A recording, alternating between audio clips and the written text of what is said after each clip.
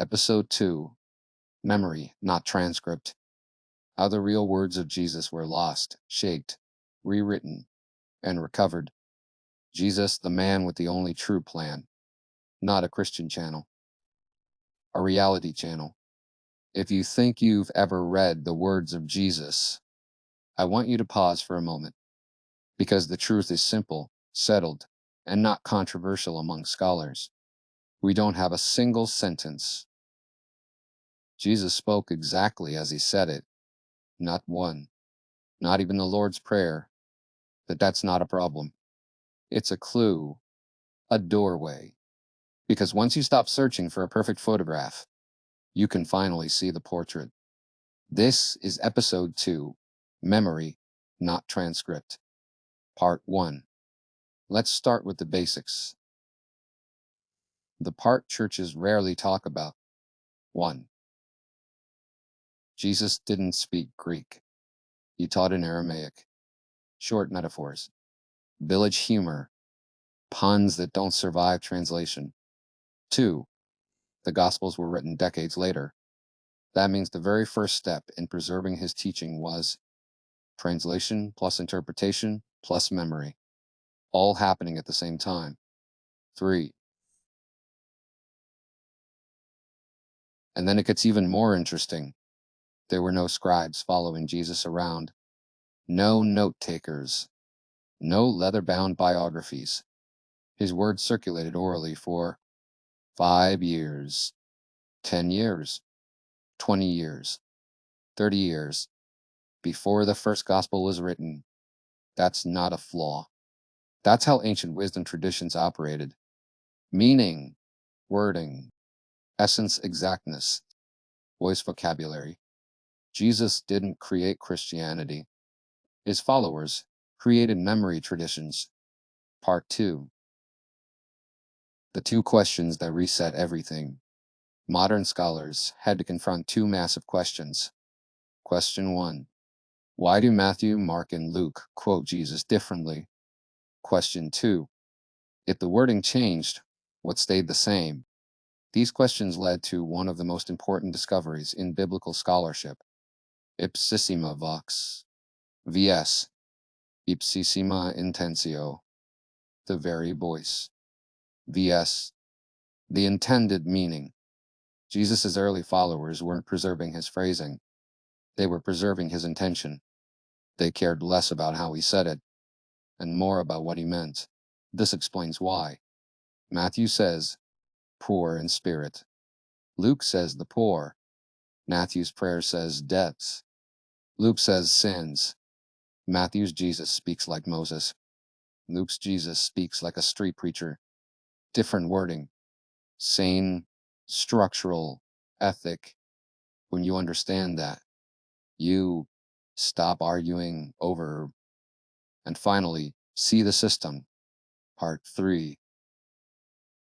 The Lost Gospel of Sayings.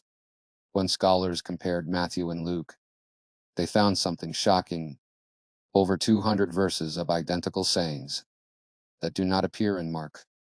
Same wording, same placement, same sequence. That means Matthew and Luke were copying from the same earlier document, a document the church lost. Scholars call it Q. What was Q? Not a biography, not a gospel story, not a miracle book. It was a list of sayings, a wisdom manual, a structural ethic. No virgin birth, no resurrection, no water to wine, no Lazarus, no divine titles, just teachings, just instructions for how humans must behave to prevent their society from collapsing. In other words, the original plan. Part 4. The stream of sayings. Q wasn't the only source. Jesus' earliest followers preserved a whole river of sayings that never made it into the final canon. Scholars call them agrapha. Some of these sayings appear in the Gospel of Thomas, Gospel of the Hebrews, Didache, Papias fragments, early church letters, oral traditions from Syria, Egypt, and Judea. Most listeners have never heard these sayings, but they reveal something crucial. Jesus' message was bigger than the four Gospels. Here's one: whoever is near me. Gospel of Thomas, meaning, my message will burn away your illusions. Another: I will give you what eye has not seen, and ear has not heard. Thomas, meaning, I will reveal the world. Another: my mother, the Holy Spirit, carried me to a great mountain. Gospel of the Hebrews, meaning, the divine is not male, not political, not a king. This is not Sunday school Jesus. This is Jesus, the radical. Jesus, the structural critic. Jesus, the philosopher. Jesus, the disruptor. This is the man with the plan. Part 5. The Jesus Seminar and the 82% Problem. In the 1980s, a group of world-class scholars did something bold. They reviewed every saying attributed to Jesus across 3 centuries and over 1,500 sources. They voted using colored beads. Red: Jesus definitely said this. Pink: he likely said something like it. Gray: black. Their conclusion shook the religious world.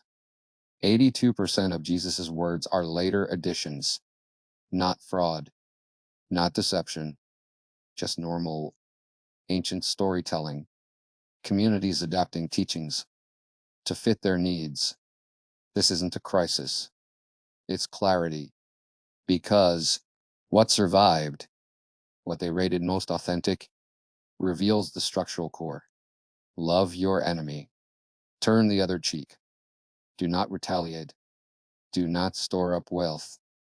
Do not dominate others. The last shall be first. Truth matters more than ritual. Hypocrisy destroys nations. The kingdom is within you.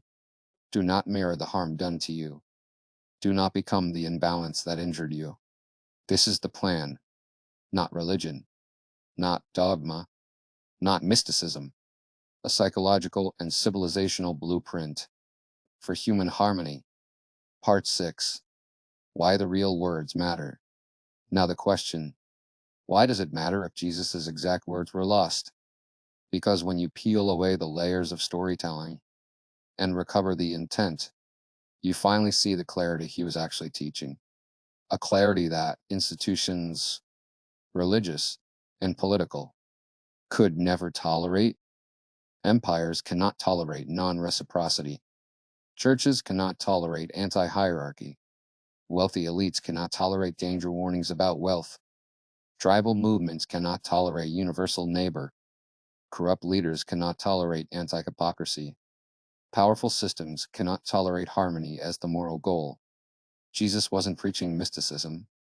He was dismantling domination. That message had to be rephrased, softened, diluted, and in many cases, overwritten. But the core survived. And now the world again collapsing, again traumatized, again fragmented, needs that core, not as religion, as reality. Ending question: if the real teachings of Jesus were designed to prevent civilizational collapse, why do we let institutions tell us that salvation is only for the afterlife? Who benefits from that shift and who suffers? Think about it. This is about Jesus, the man with the only true plan, not a Christian channel, a reality channel